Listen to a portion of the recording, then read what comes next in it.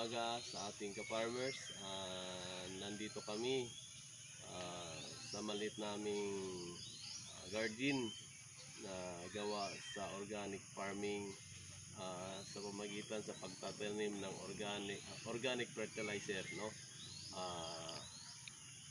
Nandito kami para ipakita sa inyo kung ano mga tanim namin na mga gulay. Ito ay isang pagtatanim ng